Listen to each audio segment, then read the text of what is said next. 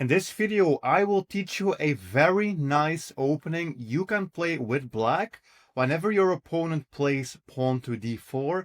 And in this video, I will also be showing you two amazing traps that you can set up for the opponent. So let's get started. This was a recent game that I played where I had the black pieces and my opponent was 2070 ELO. So my opponent plays d4 and I play d5. And what I play with black is a very simple opening. You could call this the Slav defense. I like calling this the triangle system or the triangle defense, because what I will basically do is in the opening just keep things very simple, and I am going to build this pawn triangle, or this pawn pyramid, you could also call this, here in the middle of the board. And I personally play this setup against d4. I also play a very similar setup against e4, which is then a variation of the Scandinavian defense. The benefit from starting to play an opening like this is that this is very simple and your games will be very similar no matter what your opponent does. So it's very easy to get good at this opening and to learn all of the middle game plans. So this is the starting point for our opening. The opponent can do many different things. Here my opponent plays knight to f3, and what we want to do with black is we just want to continue with normal development. We play our knight to d7, keeping things flexible, developing a piece, and we also want to see what white is going to do. And here white played the move bishop to d3. And when you play this opening, the moment that your opponent plays bishop to d3, you have to remember the following sequence that I will show you. What we will always do is we will play pawn takes c4. So we are using the top of our pawn triangle, and we are going to exchange that pawn for the c4 pawn here. The good thing with this move is that right now we already forced white to waste a move. They have literally just played bishop d3 to follow it up with bishop c4. So white just wasted the move, and then we can hit them with the move pawn to b5, and this is supported by our c6 pawn, causing white to lose yet another move. They have to move the bishop again, so they already lost two moves. And the good thing with this system is that this will also help us to get our bishop into the game, or light squared bishop. I will go back a couple of moves to this position, because here it is very important to realize that this bishop for black is the bad bishop.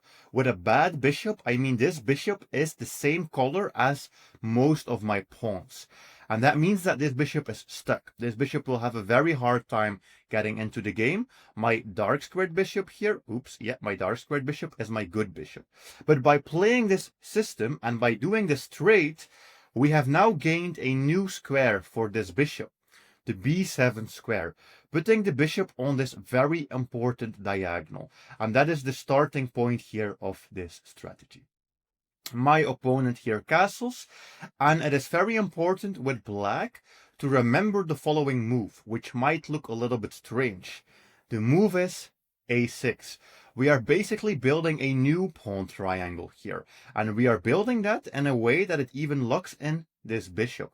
And this looks strange, but this has a very huge purpose. I will go back one move just to show you here. What I would like to do is I would like to play c5. This didn't happen in the game, but if I played this in the game, this would be a mistake.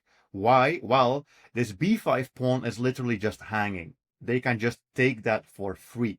So this didn't happen. What did happen is I played a6 so that I could protect this pawn, because our plan is to play that push to c5 on the next move if we can. The opponent plays something which is actually very common here. This means that they have memorized some of their theory. This move knight e4 is a very common move by them. It's not a bad move.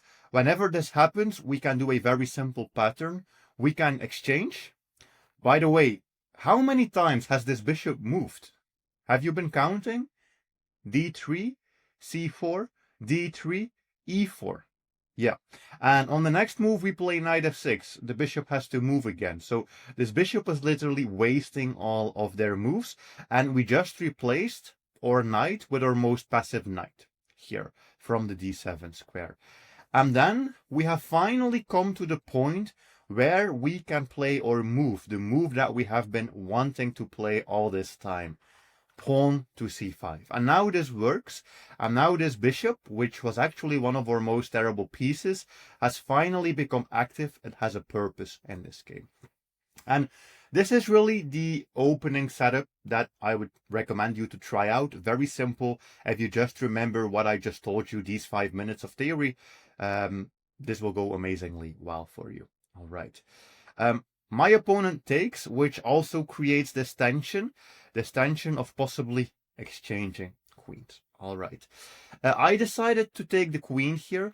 It's maybe not necessary to take the queen. You could also take the pawn and let them take your queen. I think it works either way. Doesn't really make a difference. I was, however, very, very surprised. Well, not super surprised, but the fact that they had to use this bishop again was just funny. And that was actually somewhat of my plan, because I was thinking here, this didn't happen in the game, but if they take with the rook, I could technically, if I wanted to, take that knight and double their pawns. I don't think I would have played this, because I would be giving up a bishop for a knight in a position where we don't have that many pawns in these 4 central squares. So I would be giving them the bishop pair, and they can aim up these bishops and aim them at my king. So I probably wouldn't have played this anyways, but it was funny to me that they moved the bishop yet again. Like, I think we are at move 14. Have they made 5 bishop moves, I think, so far? It's just funny. And the bishop will need to move again because it's still not really on a good square. Okay. We, of course, take back on c5. And now, yeah, white tries to get his bishops into the game because the bishops are actually not that well placed. And from here, there are so many things that we can do. But there is one very important thing that I need to teach you here, which is that the moment queens are exchanged, we are already in the endgame. That is at least my theory for chess. If the queens are exchanged, it is an endgame. What do we want to do in the endgame with our king? We want to have the king as close to the center as possible. So what I would never do here is I wouldn't castle. Because if we castle, we put that king away in the corner, and we don't want that. We want a king that is close to the center. So a move like king e7 would be a very good move here. The king is safe there, and very quickly our rooks will be able to come into play. Plus our king is close to the center, so that would be good. I think this is the moment where maybe I played some, I wouldn't say bad moves, but maybe some suboptimal moves. I was a little bit worried about about white with the dark squared bishop, potentially going here, grabbing this diagonal and controlling that d8 square. Because I want to get a rook to that d8 square at some point. And I didn't want them having this bishop there. So I played pawn to a5. So that we can take away that square from them. Maybe not necessary. We could also play king e7, but I was just trying to prevent some counterplay. I didn't really take into account the fact that they could follow this up with bishop e2. Again, it's another bishop move for them, but this time it comes with an attack on the pawn. I pretty much have to move the pawn again. That's the only good way to defend here, is to move the pawn again. You can pause and try to look at some other lines, but doing this is the only really good move. But now white is getting a little bit of counterplay. The position is still equal, but yeah, because of all these pawn pushes, suddenly now the light squared bishop is a bit more active, and this rook is active as well. White just attacked my bishop, and I will show you here a very interesting setup that you can do with the bishops. These 2 bishops together are basically controlling all 4 of these squares. So even though we have no rook on this file, these 2 bishops are controlling all of the important squares on this file, making it so that that rook from the opponent doesn't have an easy time infiltrating into our position. So all of this is perfectly fine. Yes, we do get checked, and yes, we do need to go up with the king. We lose the castling rights, but as I just explained to you, I was really not that worried about castling in this position anyways. I wanted to get my king to e7 and have it close to the center. Okay, now again, there is possibly this plan of bishop takes and double the pawns. So that is why my opponent moves back the knight. And this knight is a bit of an annoying piece. It has some squares that it's targeting in my position. So we have to keep an eye open for what's going on, especially this c6 square where they could maybe give a check. My opponent here is the only one with a rook on the open file. You should never allow that. When your opponent has a rook on the open file, just put one of your rooks there as well. We always need to challenge them. We cannot just give the opponent this open file for this rook. White decides to play knight to c6. Interesting move, gives us a check, blocks the file, and I decided to exchange. This is in general not really an exchange that you would want to make, because now white does have the bishop pair. They do have two bishops. I only have one bishop. To know if this is good or bad, we should basically always look at the center. This is the small center, and I would say this is the big center, all of these squares. And we need to see how many pawns are there in this center. The less pawns, the better for the player with the bishops. So we could say that white is somewhat better. However, this bishop for them is still pretty trapped currently. So yeah, it's still okay. We still have a chance here. Okay, what should we do? Well, we should just simply continue fighting for this open file. That's at least my reasoning here. Rook to c7, bishop to f3, and then rook to c8. Now we are in control of this open file. We have the two rooks on this open file. My opponent played the move g3, not 100% sure why they did this. I think maybe they just wanted to get a square for the bishop and also open up a little bit of breathing room for the king so they don't get checkmated. All right, and here will follow two possible traps, basically, that you can try to set up similar traps in your games as well. First of all, what you want, if there is an open file, is you want to put a rook on the open file. Then you want to put a second rook on the open file.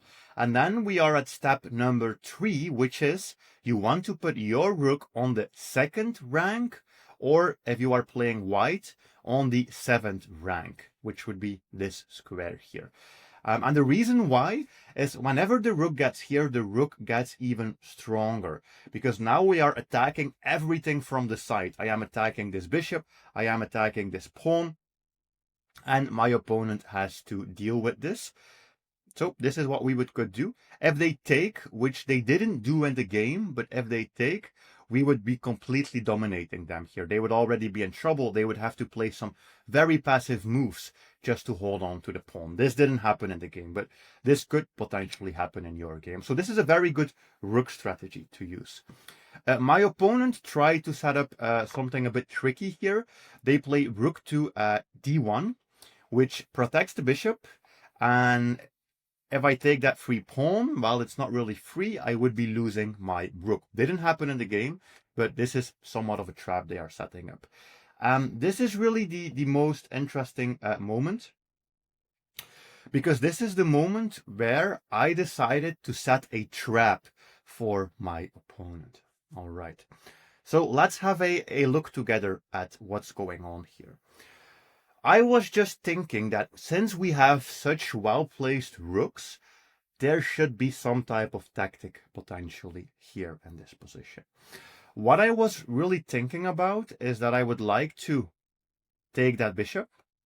I will show you this. This didn't happen in the game.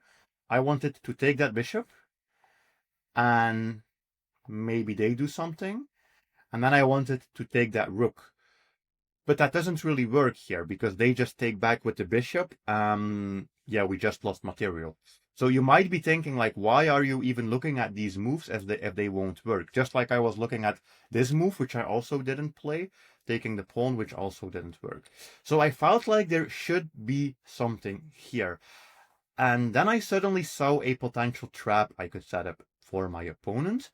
And to set up this trap, I played the move knight to d7, which looks completely strange. Why would I move back with the knight? Looks like this doesn't accomplish anything. What this move does is it gives away the e4 square to white. That was basically my plan. I wanted to give them the e4 square. Because that e4 square is poison. They shouldn't go there with the bishop, because if they do go there, that is game over, because there are two traps that are activating at the same time. And my opponent played the move bishop to e4, because this looks like a very normal move. This looks like it's a fork. It attacks the rook and it attacks the pawn at the same time. This is what I was trying to set up. First of all, that pawn is poison. This is the famous Bobby Fischer World Championship poison pawn trap, where Bobby Fischer lost the bishop. I will show that here as well. Second of all, now my tactic that I was looking at earlier works. Rook takes d2. We take the bishop. If they take back, we take the rook with a check, which is what happened. And we are literally just up a full piece. Another combination, which didn't happen in the game, is after I take, white could also take my rook here, but then they lose this rook with check. So basically, because of that bishop e4, that poisonous move, now I can take, and then here we are just up material. So that was trap number 1. Black is already completely winning here. Now comes trap number 2. You can play the move knight to c5. And knight to c5 attacks the bishop. And it's very tempting for white to go and to take that pawn on h7. But if they do, now they lose the bishop. The bishop is trapped after the move pawn to g6. This bishop has no escape. It's basically stuck within these two squares. And what we can simply do is we can try to bring up the king. White has to push this pawn to see if they can free their bishop potentially, but we just bring closer the king, and then eventually in this position white has to sacrifice the bishop because the bishop is completely lost. There is no saving it, and the check with the rook doesn't work because everything is coordinated very well. So basically they lose the bishop as well. So that was it. Very interesting game. Please try out this opening and remember these two traps. You might not be able to set them up every game, but you might be able to do similar traps in other games. That's it.